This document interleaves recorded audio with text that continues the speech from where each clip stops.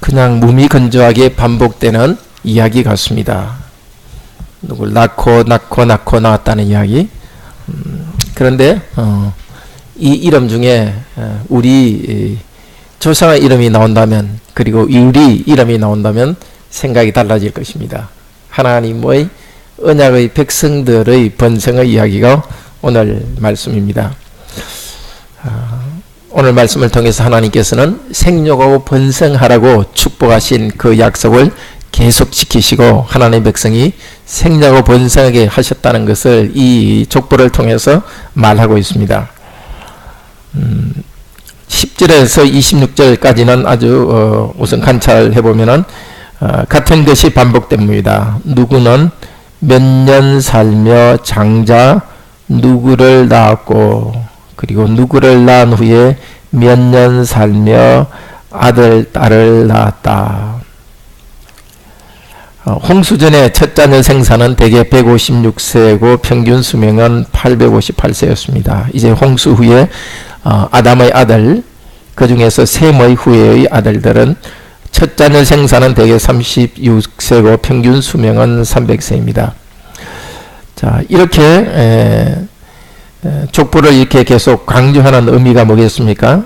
하나님께서는 아담에게 생육하고 번성하라고 복을 내려주셨고, 또 노아를 다시 홍수 후에 노아에게 생육하고 번성하라고 하나님께서는 그 복을 선언해 주셨습니다. 그 약속대로 이 사람들은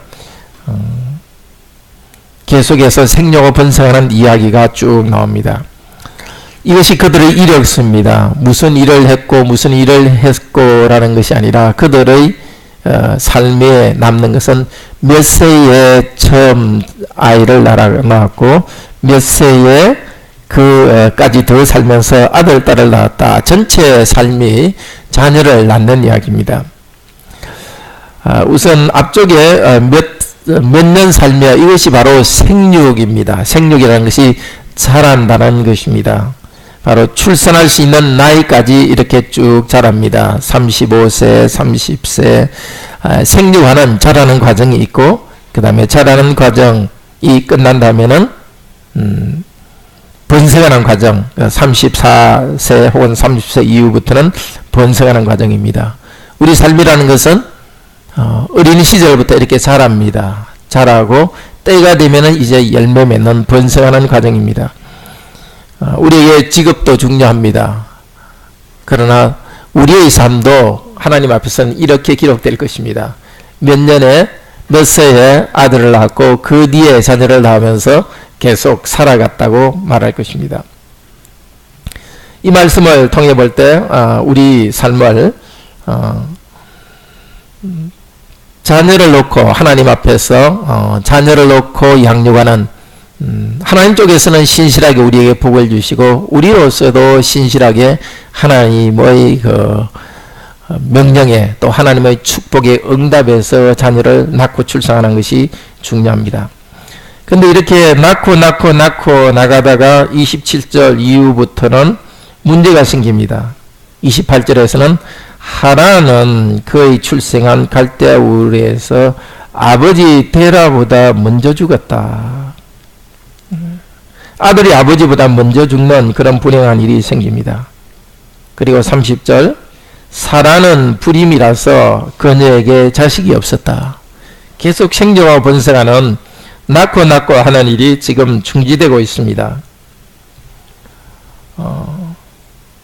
그리고 데라는 31절에 자기 가문을 데리고 가나안 땅으로 가려고 갈대아 우르로 떠났습니다. 그런데 데라는 가나안 땅으로 들어가지 못하고 하란까지 와서 거기서 거주하고 데라는 하란에서 죽었습니다. 생육을 번성하는 이야기에서 이렇게 문제가 생깁니다. 아들이 아버지보다 먼저 죽고 또 사라는 불임이 되고 또 자기 가려는 것으로 가지 못하는 그런 위기가 생겼습니다. 이들 위기 가정, 하나님 백성들, 위기의 상황에서 하나님 백성들은 어떻게 해야 되겠습니까? 로마서 5장 3절에서 5절 말씀 같이 보겠습니다.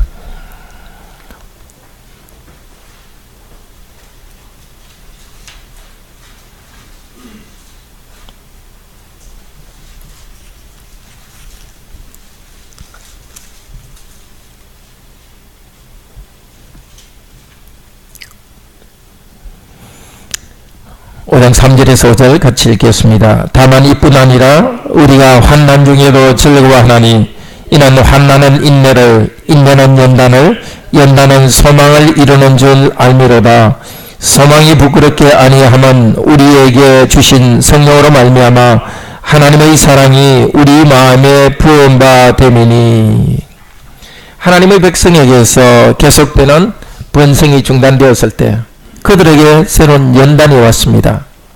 그들은 이런 연단 가운데 인내하고 인내하는 가운데 오히려 하나님의 영광의 소망을 바라보고 나갔을 것입니다.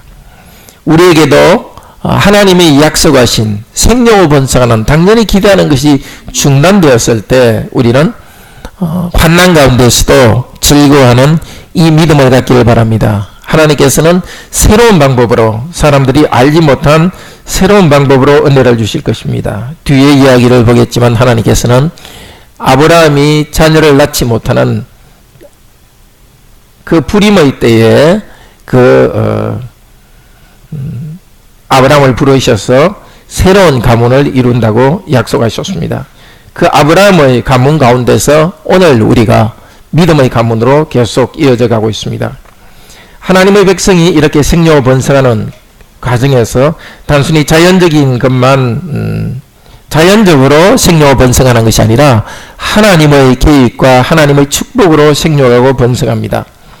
하나님께서는 단순히 자녀가 생명을 번성하는 게 아니라 영적인 하나님을 경외하는 자녀가 백성이 생명과 번성하기를 원합니다. 이렇게 자연적인 생육이 막힌 상태에서 새로운 하나님의 백성을 불러내십니다. 우리 사도행전 6장 7절 같이 보겠습니다.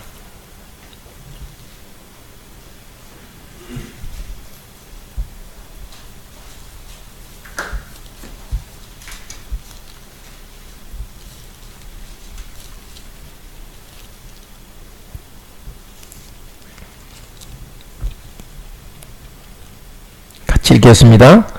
하나님의 말씀이 점점 왕성하여 예루살렘에 있는 제자의 수가 더 심히 많아지고 허단 제사장의 무리도 이 도에 복종하니라. 지난번 사도행전 성경 공부할 때도 한번 말씀한 본문입니다. 하나님의 말씀이 점점 왕성하고 이 왕성한다는 것이 생육하고 같은 말입니다. 하나님 말씀이 점점 생육하고 예루살렘에 있는 제자의 수가 더 심히 많아지니라. 많아지는 것이 번성하는 것입니다. 자, 하나님께서는 하나님 백성들이 이렇게 계속해서 생명하고 번성하고 있지만은 하나님께서 진정 원하시는 것은 단순히 인구만 많아지는 것이 아니라 하나님의 말씀이 점점 왕성하는 것을 하나님께서는 원하십니다. 말씀이 많아질 때 제자들의 수가 점점 많아지는 것. 하나님께서 바로 교회를 통해서 이 일을 이루시고 있습니다.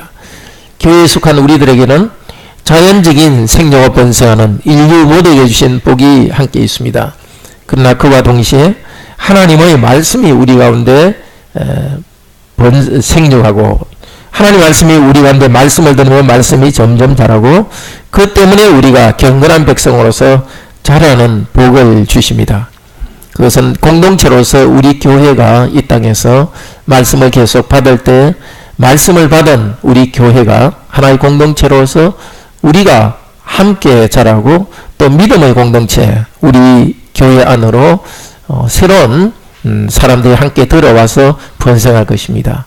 그리고 믿지 않는 자들이 이 교회 안으로 들어올 뿐만 아니라 우리 각자의 삶을 통해서 우리 각자의 가정을 통해서 하나님께서 우리의 자녀를 줄 것입니다. 우리의 자녀가 생육하고 번성하는 것은 우리가 생육하고 번성하는 것은 단순히 인구만 많아지는 것이 아닙니다. 하나님께서 인류를 창조하신 목적 하나님의 형상으로서 회복되어 가는 말씀에 따라서 하나님을 경외하는 그 그런 백성이 많아지는 복을 주십니다.